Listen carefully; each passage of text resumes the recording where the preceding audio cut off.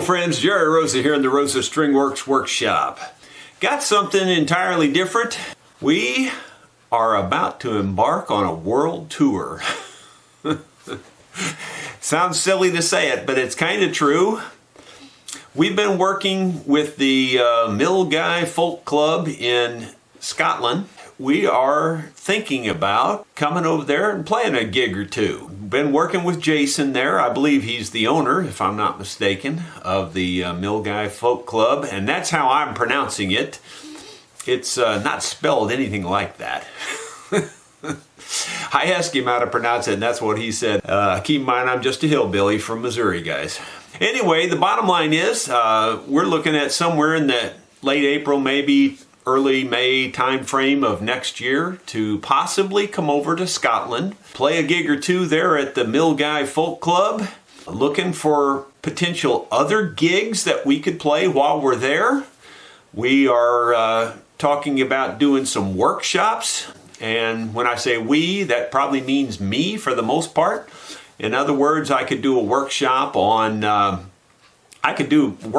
many things. I could do a workshop on building new instruments, talking about the wood choices, pretty much the tools I use, and just kind of go through the whole gamut. I've given that talk many times, and it goes over very well because people are very interested in that. We could also do a workshop on learning to play the mandolin, a beginner's workshop. We could even potentially do a workshop on the way I play lead, which is considerably different than the way most all other mandolin players play lead.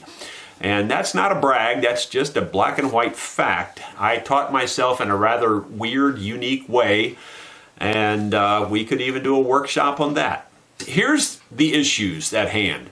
In order to make this happen, we need to raise some money. No one is wealthy in this endeavor here, and no one will get wealthy in this endeavor, I'm sure. If we even made enough to cover our expenses, I would be tickled to death, and I don't even expect that to happen. According to Jason, he's willing to help fund a bit of it, and of course there would be, a fee to attend the concerts or whatever. And Jason's going to work out the paperwork from that end in terms of visas and things like that. So, it looks like it's going to happen, but there's still a lot of ifs. So what I'm trying to say is I'm going to be posting videos in the very near future, potentially with some crowdfunding possibilities that maybe folks would help us, offset some of our costs to come over there. Maybe advanced ticket sales. So here's the other things you can help me with is we would be looking for places to have other gigs, perhaps other places to hold workshops. They can be in, Scotland, they could be in England, places close by, I guess.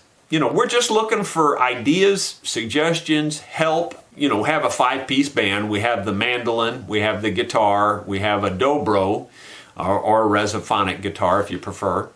We have an upright bass, and we have a banjo. At least at this time, I would imagine we'll be bringing my mandolin, of course. We'll be bringing the dobro, I would think, and we will probably be bringing the banjo as well. We will probably not be bringing the upright bass, and possibly not bringing the guitar. So we may also be looking to beg, borrow, or steal, as the case may be, an upright bass, possibly an acoustic guitar like a Martin or a Taylor or something like that. Anyway, those are kinds of things that you could help us with, and while we're there. And again, right now we're just kind of shooting for the general time frame of April, May, something like that. And if you have a good time frame in mind, things, a time to avoid, a time to for sure do it, anything like that would be helpful. You can, make comments on this video, or you could send me an email direct if you have more information that you want to share, and that would be rosastringworks@gmail.com. There will be a link in the description to my email. None of us are wealthy people, so, affording to come over there is, it's an expensive venture. As I mentioned, Jason at the Folk Club is willing to help offset some of those costs, which is wonderful of him. And of course, I'm sure he's going to be selling tickets to recoup his expenses. As I said, we may get into the business of selling some advance tickets ourselves to help offset those expenses. And then we may actually try to do some sort of GoFundMe and to help offset the expenses. If we do something like a GoFundMe, we will not profit from that. It will just be for the expenses.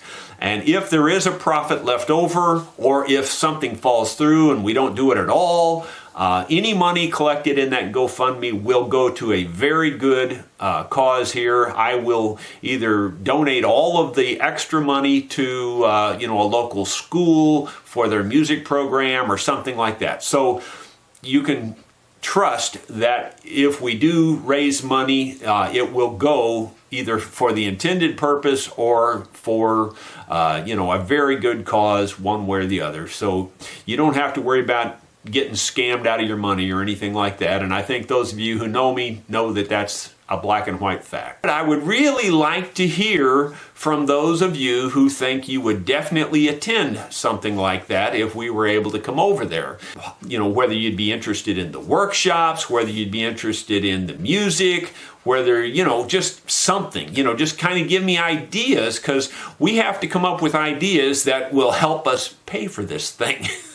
So that's all. This is kind of right at the very groundbreaking edge here, and maybe I'm premature in even putting this video out. But you know me, I pretty much get something in my sights and I go for it. So we're coming at you. I hope this works out, and and if it does work out, then I got my sights even bigger. We got a lot of viewers down in Australia, so you Aussies get ready, because we may be coming after you next. Thank you very much, guys. Hope you enjoyed this, and hope you'll talk to me in the comments.